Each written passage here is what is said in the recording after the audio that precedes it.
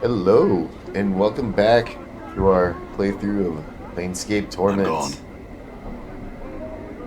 Alright, so we are going to come down here and we are going to, since we're in the area, we're going to look for Amaris, Nod's sister, because I think I know exactly who she is. And I'm hoping this is going to be a simple one. Oh my god, more hostile thugs. Wait a minute. Okay, well there's Yahelai, or however you say the name. Okay, I guess we're doing two.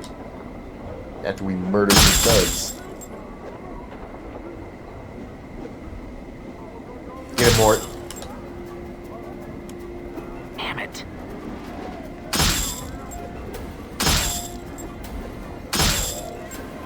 This is probably the worst place we can be in Sickle at the worst time. Damn it.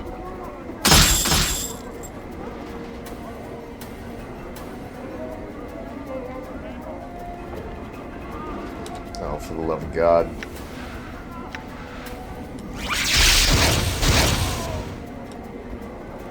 Done. So dumb wasting a spell on that, but I didn't feel like chasing him all over this section of the map.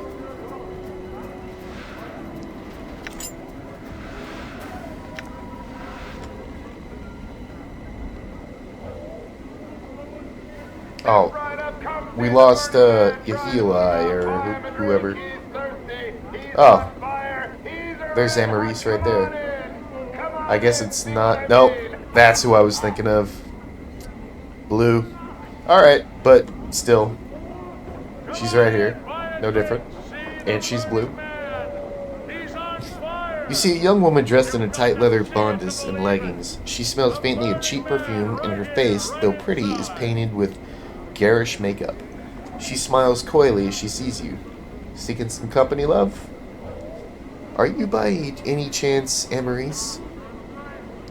She stares at you silently for a time, then speaks. I was called that once, long ago. Who are you?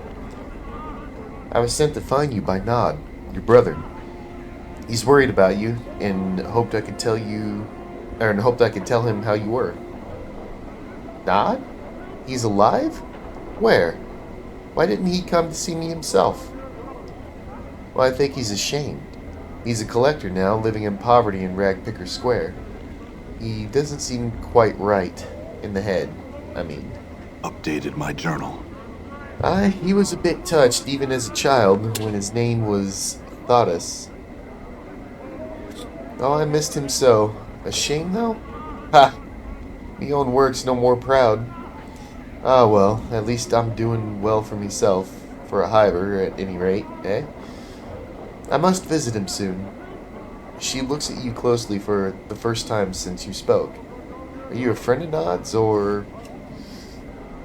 sort of, yes. Why? She frowns, biting her lip, as if considering something. Could you give this to him? She steps close to you and offers you a pouch of what looks to be about 100 copper commons. Yes, I swear I'll give it to him. Updated my journal. She hands you the pouch. I thank you. Go and speak to Nod for me, and tell him how I worry about him so. I will. And we will give him the money. Now... there you are. You know what? Let's see if Google knows how to do this one. How to pronounce today.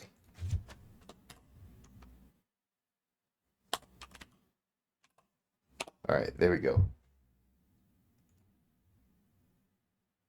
Gelée. Gelée? Gelée. Gelée. Alright, Gelée. We'll go with that. Alright, Gelée. I butchered that. If that's actually true, I was butchering that name. You see a thin man with stained clothes, a hooked nose, and two stubby horns jutting from his forehead. He is stumbling about and muttering to himself. He stinks of brine, vomit, and cheap wine. Are you Gelée? If so, Craddock needs you to come back to the marketplace. Crad okay? Craddock? The man's eyes widen. Ah, Craddock. Me, Jinra's boss. Well, you can tell him this.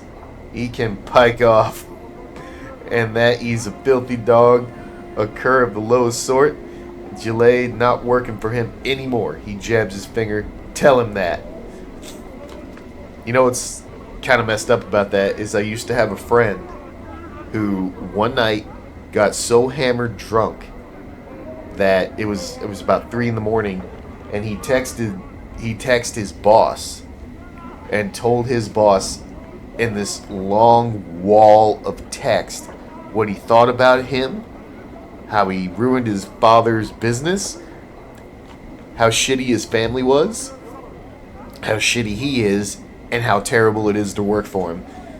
And of course he got fired, and he was telling me all about this. Now listen, it's a terrible thing to do, especially when you're talking about the guy's kids, wife, and, well, also him, I suppose.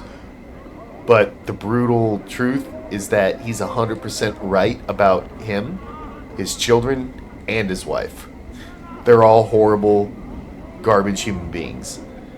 And yes, he did in fact ruin his father's business. But, it's just not something you do. And this was like 8 years ago. And back then he was making almost $25 an hour. 8 years ago, as of the recording of this video. So, this completely reminded me of that. Anyway, sorry. I share too much. Anyway, I'll tell him from a distance. Very well. Alright. Well, oh, you want some too? Oh, alright, we're gonna rest. So let's...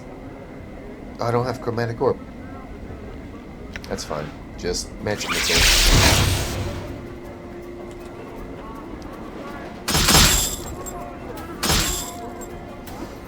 Oh.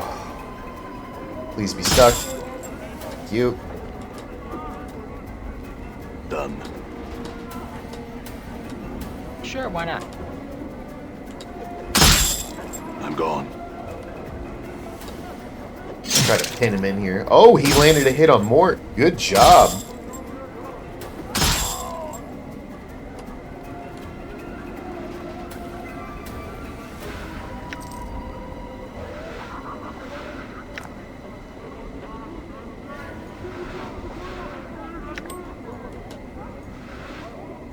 Done.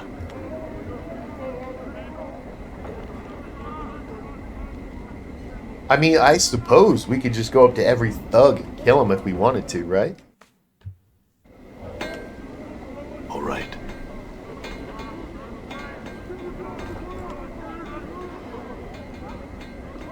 Ash Mantle.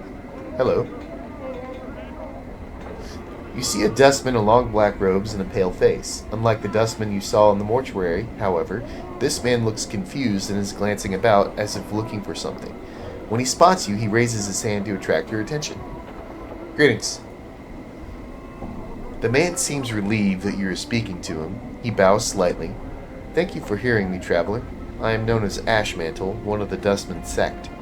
I was wondering if you could direct me. I don't know the area very well, and I'm looking for a certain establishment. A bar that those of my sect frequent. Do you know of such a place? A sect? You're a dustman. Don't you mean faction? The dustman nods. Well, yes, faction, I meant. Faction, sect, faction. They're much the same thing, really. Do you happen to know the bar that my faction frequents?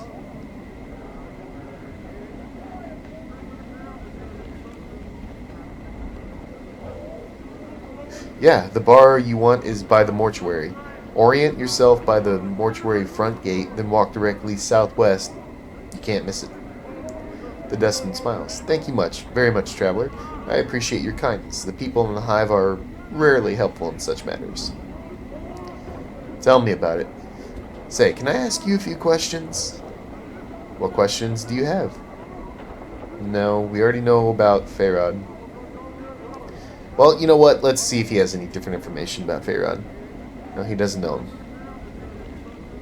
I'm looking for a journal. Do you know where I might find one?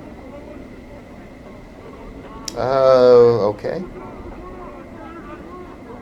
Wait. I do not know where you could find such a thing. I mourn its loss. Really? I thought the dustman didn't value possessions. The man shrugged slightly. I'm not without sympathy for your loss. There are many things of value in one's life. Well, you have unusual views for a dustman. The man blinks. Well, I am not a common dustman. I'm gathering that. Who are you? The man nods a little uncomfortably. Why, I am Ashmantle, one of the Ninth Circle. Ninth Circle? There's no such thing. He suddenly tenses up. I don't have time to debate you in the practices and rankings of the Dustman sect with you. So if you'll excuse me, grab his hand. Yeah, this guy's not a Dustman. That's crystal clear. Your hand snaps out, but Ashmantle draws back suddenly and you miss grabbing his wrist. You see his Dustman facade crumple, and his frightened look, and he runs off. Damn it! Hang on, get him.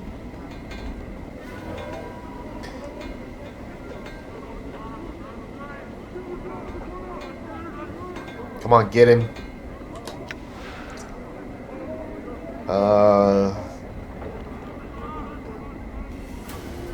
Let's go with Swarm Curse.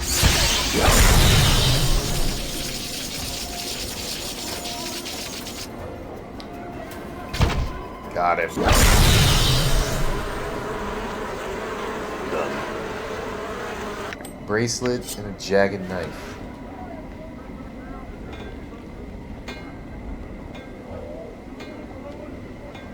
Creedon. This foul-looking man is quick to notice he's caught your attention. In moments, he's upon you, hawking his wares. He carries a long wooden pole. Dozens of skin-cooked rats dangle from it. As he speaks, he gestures to them with a broad, filth-encrusted hand, smiling yellow, snaggle-toothed grin all the while. Oi, Cutter. How you doing there? What sort of delicious ratsies are you interested in this fine day?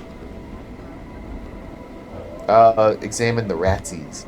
Each rat has been skinned and gutted, their feet and tails removed. They dangle from a pole by hooks punched through their necks. As you examine the various manners in which they've been prepared, you realize their heads are slightly whatever.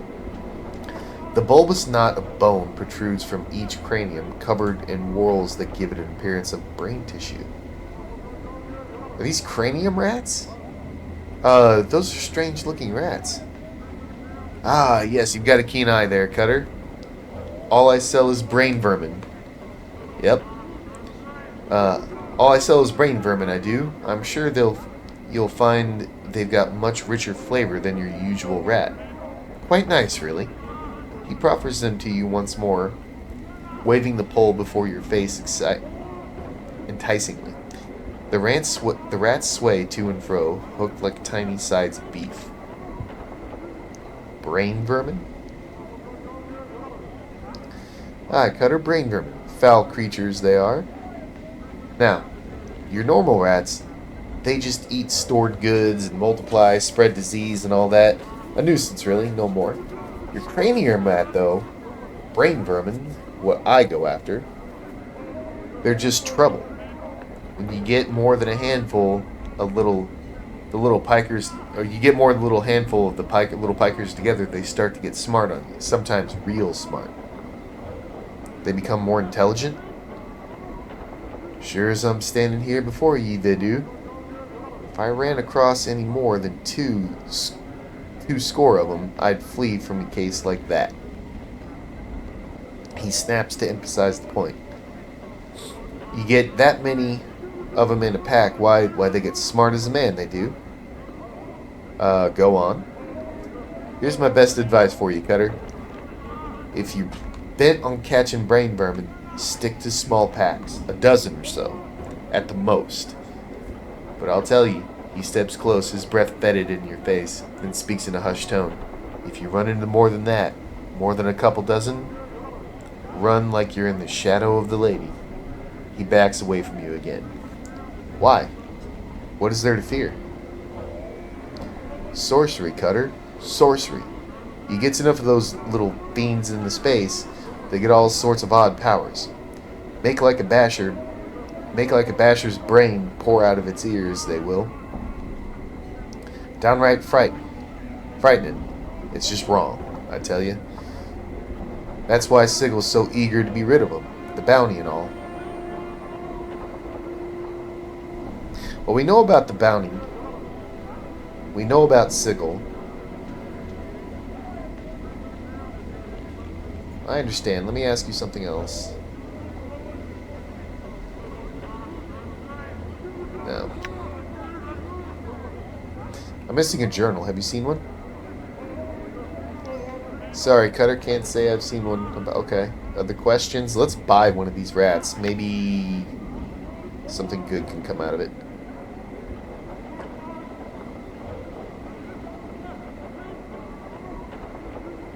Good, Cutter, good. What sorts would you like? He points to each in turn with a grimy fingernail. I got them baked, spiced, boiled, and charred. All fresh, all scrumptious, and only 3 coppers for 2. Give me a spiced one. You toss over the coppers, and in one swift motion he runs a pair of spiced rats through the wooden skewer, unhooks them, places them in your hand, and winks. Enjoy, Cutter. Eat the ratsy. The rat meat is aromatic and quite spicy, apparently marinated in some sort of herbal mixture before being cooked. It's a bit greasy, rather rich, tasting of some other meat you're sure you've had before. This man looks at you expectantly. Did you like it? Would you like another?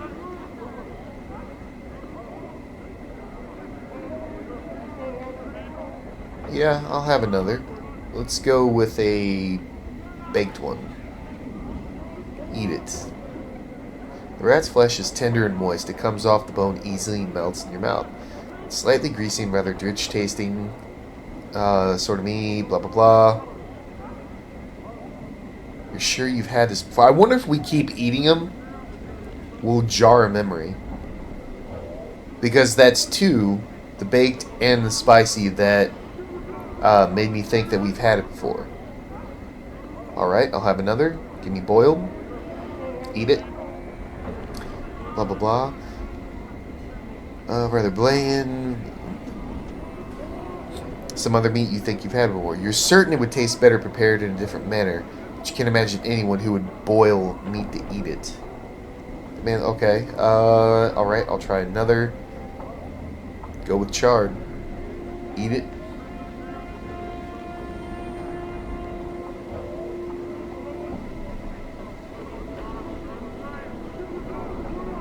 No. It didn't jar a memory. Damn.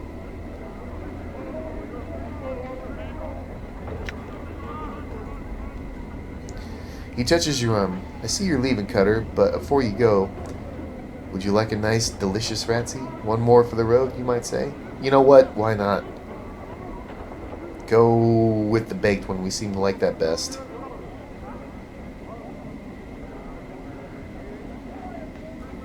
Okay, guess not. I was really hoping that would jar a memory. Alright, let's get back to these other people. You guys want to start some shit? Do you? No? Crier of Esanen. Streams of tears have carved channels down this man's dust-covered face. He looks to be a monk or a holy man of some sort, but the dirt covering his body makes it nearly impossible to see the man beneath. He is chanting and rolling his head back and forth. It looks like some sort of ritual. Greetings. The man stops his frenzied chanting and The man stops his frenzied chanting and glares at you with his tear-rimmed eyes. He opens his parched mouth to speak, but all he can manage is a withered croak. What's going on? Why are you crying? His voice is so hoarse that it sounds like he has been without water for days. As you watch, a tear trickles down his face. I am Crier of Esanan. Esanan? Who's that? Updated my journal. What? Who is Esanan? The man throws back his head and gives a rasping laugh. It sounds brutal and defeated. Esanan is not a man, but a city. Why do you cry for a city? We cry in its name because Esanan must not be forgotten. All of the criers of Esanan carried this burden. You mourn a city. Why would you do such a thing? Because its name is all that remains. Its avenues of light, its great spiraling parks, when it was laid to waste and reduced to memory, only 70 of its people survived. There's that number 3 again. It was our duty to see its name was remembered across the plains. Many criers of Esanan have died for the sake of remembering many. If it places you and others at risk, why do you stop? Why don't you stop? The tears I shed, the dust that cloaks me, these things are as nothing compared to what awaits should I give up my sacred burden. We must see to it that the name is remembered. We are living memorials to its passage. Living memorials. Well, there's that one memorial. Death of Names. Can we etch the name of the city into the memorial? Or is he supposed to be the memorial? We are living memorials to its passage. I don't know. I could be overthinking this. If that's so, then what happens if you all die? A fresh tear springs to the crier's eyes. Even his dust-caked face cannot disguise his look of despair. I do not know. We criers of Esanan cannot mourn it forever. Even now the dust clings to our robes, the spit dries in our mouths, and our bodies wither and die. Well, is there anything I could do to help you? You're kind to ask. The crier shakes his head. Unless you can immortalize Esanan, there's no help to be had.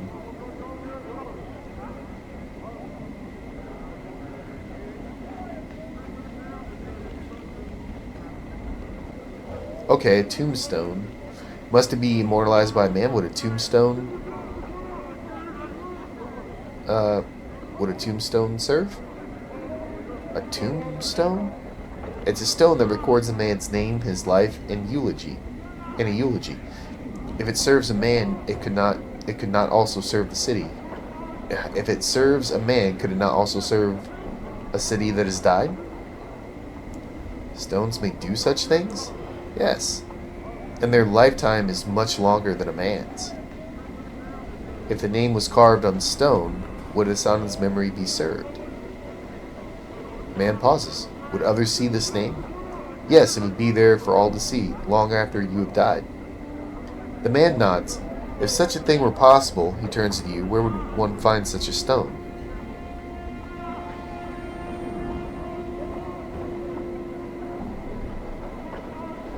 Well, I could go look for one. If I find one, I could see to it that Asanan's name is carved upon it. Maybe the memorial that we saw in the northeastern section. That makes sense. If not, we could go to the mortuary and see if there's a tombstone in there. Maybe put it in the mortuary. Or carve it into the mortuary somewhere. Anyway, you would do this? The man's eyes water up again. You would be settling all the criers of Astanans free. But a score of us remain. The burden of remembering would be over for so many years. I would do so. I'll return when the name is carved. Updated my journal. Okay. Okay, we'll stop by Death of Names and see if he could direct us in the right direction. Or point us in the right direction. Let's sell some of this stuff. sell. Jagged knife we don't need. We really need some more companions, man. Oh, I gotta go get something to eat. I'm hungry. Done. Done. Okay. Let's go ahead and end it here, and then we'll pick it up in the next one. We'll tell Craddock that he needs to saw it off per, I forgot how to say the guy's name already. Anyway, thank you for watching, and I hope to see you all in the next one.